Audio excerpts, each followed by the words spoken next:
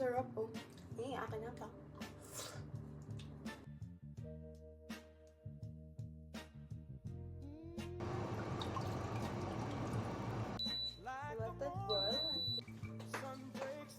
Ang bango niya. The reason why I'm gonna cook chitaang mais is because I'm on my second. I want to eat something warm that would comfort me and this PH. And like, ang tagal ko na hindi nakakatikim ng ginataang mais. Sarap nga to kung may sago ko. But kung kasi niya wala akong energy today. So, I'm gonna make it with what I have right now lang. Actually, yung lola ko, ang ginagawa niya is wash na mga kakanin, ginataang mais ganyan. Ang nilalagay niya talaga is condensed. So, lalagay na siguro ako ng honey and onting sugar. I hope my lola's proud of me and my mom for always cooking for myself even though I don't feel like it.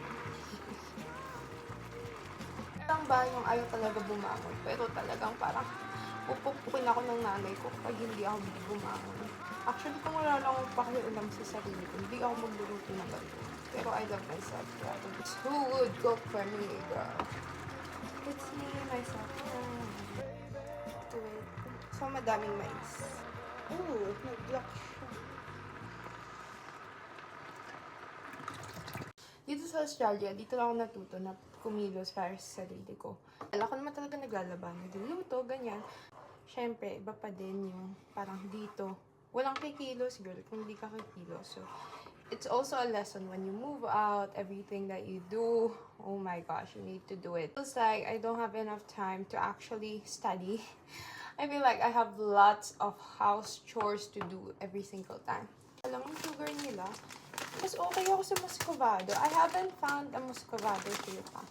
So, ewan ko ba, na kapag nasa Pilipinas ako, hindi naman ako nag-crave ng kakanin. But, every time I'm back here in Australia, like, girl, I wish I could eat it every single day. At tayo ngayon gumagawa ng paraan para makakain ng mga ganito. Ang tina. Tablespoon. It's finally done. Looks so good, diba? Ang galing ko talaga, guys.